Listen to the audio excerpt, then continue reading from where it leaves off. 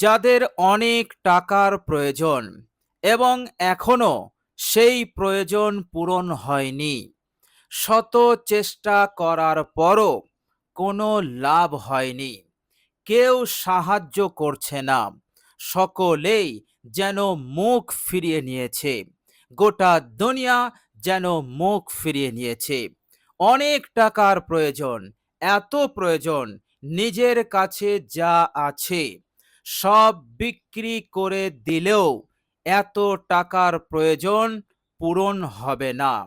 প্রিয় দর্শক, এই রকম একটি আর্থিক সংকটময় পরিস্থিতিতে যদি আপনি এই দোয়াটি মাত্র ১৯ বার পাঠ করেন, আন্তরিকতার সহিত, ইখলাসের সহিত, ঈমান ইয়াকিনের সহিত, আল্লাহ পাকের উপরে তাওয়াক্কুল ভরসা রেখে ইনশাআল্লাহ আল্লাহ রাব্বুল আলামিন আপনার এই টাকার প্রয়োজনকে তিনি পূরণ করে দেবেন। আল্লাহ রাব্বুল আলামিন আপনাকে এই বিষয়ে মদদ করবেন, সাহায্য করবেন। আল্লাহ রাব্বুল আলামিন আপনার সব টাকার প্রয়োজন, যত আপনার প্রয়োজন আছে সেই প্রয়োজনকে পূরণ করে দেবেন এবং আল্লাহ রাব্বুল আলামিন মৃত্যু পর্যন্ত আপনাকে স্বনির্ভর করে রাখবেন। টাকা পয়সার অভাব আর কখনো কোনোদিন জীবনে হবে না। আল্লাহ রাব্বুল আলামিন এই রকম ভাবে আপনাকে মালামাল করে দেবেন। বলুন সুবহানাল্লাহ। প্রিয় দর্শক, এভাবে করে যারা সর্বদা বিপদে থাকে, একটার পর একটা বিপদ এসেই চলেছে, বিপদ কাটছেই না, একটা যাচ্ছে তো আরেকটা এসে হাজির হচ্ছে, এইভাবে করে বিপদে একেবারে দুর্দশাগ্রস্ত হয়ে পড়েছে, পেরেশান হয়ে পড়েছে, সুখ নেই, শান্তি নেই, কোথায় যাবেন, কি করবেন, কিছুই ভেবে পাচ্ছে না।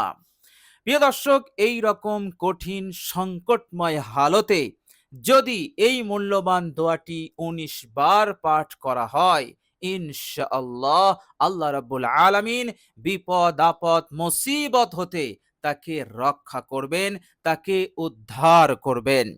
আল্লাহ রাব্বুল আলামিন তার জিন্দগিতে সুখ শান্তি দান করবেন।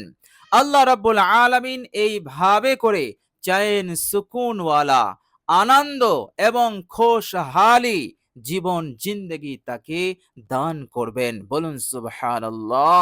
প্রিয় দর্শক, এইভাবে করে আল্লাহ রাব্বুল আলামিন সমাজে তার গুরুত্বকে বৃদ্ধি করবেন। সমাজে যদি কোনো সম্মান না থাকে, আল্লাহ পাক সম্মানকে বৃদ্ধি করে দেবেন, প্রভাব প্রতিপত্তি বাড়বে। এভাবে করে পরিবারে, সমাজে, সর্বত্র তার গুরুত্ব বৃদ্ধি পাবে, তার সম্মান বৃদ্ধি পাবে। এইভাবে করে সেই ব্যক্তি সুখে শান্তিতে জীবন যাপন করতে পারবে, ইজ্জতের সঙ্গে, সম্মানের সঙ্গে। বেইজ্জতি, অপমান, লাঞ্ছনা হতে আল্লাহ রাব্বুল আলামিন তাকে সর্বদা হেফাজত করবেন।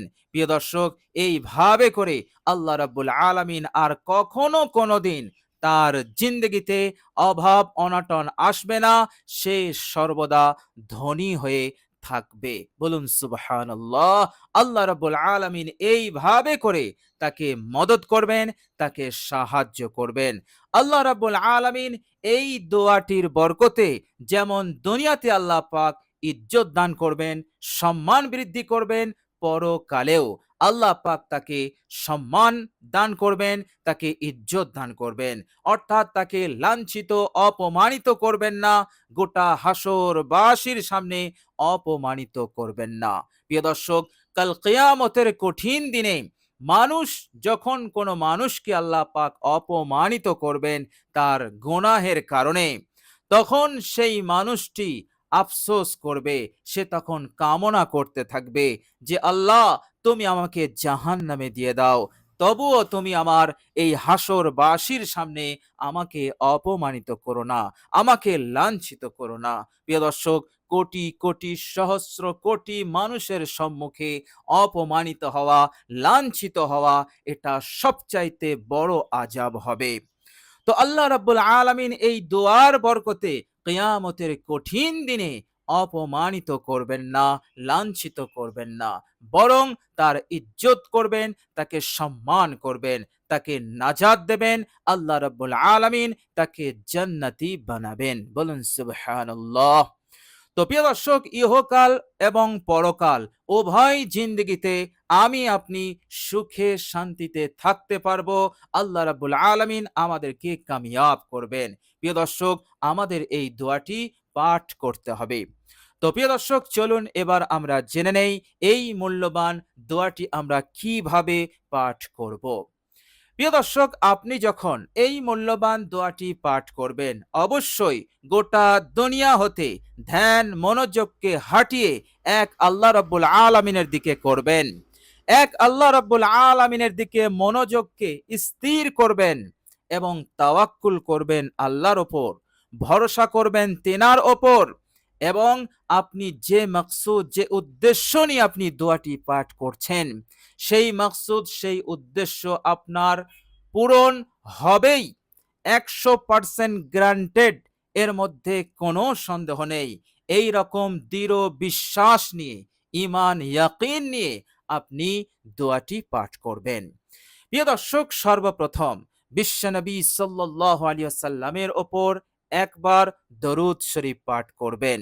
দরুদে ইব্রাহিম আপনি পাঠ করবেন। প্রিয় দর্শক, দরুদে ইব্রাহিম হচ্ছে আল্লাহুম্মা সাল্লি আলা মুহাম্মাদিন ওয়া আলা আলি মুহাম্মাদ কামা সাল্লাইতা আলা ইব্রাহিমা ওয়া আলা আলি ইব্রাহিমা ইন্নাকা হামিদুম মাজিদ।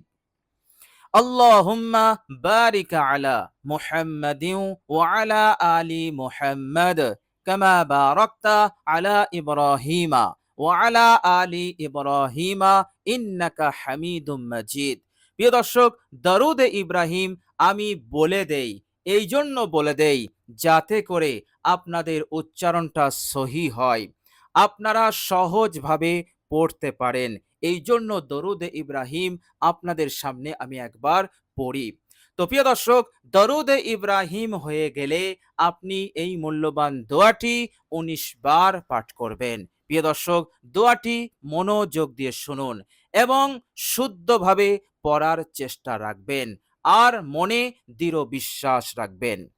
প্রিয় দর্শক, দোয়াটি হচ্ছে ইয়া হাইয়ু ইয়া কাইয়ুম আল্লাহুম্মা ইন্নী আউযু বিকা মিনাল ফাকরি ওয়াল কিল্লাতি ওয়াজ জিল্লাতি। প্রিয় দর্শক, আমি আরেকবার বলছি, ইয়া হাইয়ু ইয়া কাইয়ুম আল্লাহুম্মা ইন্নী আউযু বিকা মিনাল ফাকরি ওয়াল কিল্লাতি ওয়াজ জিল্লাতি।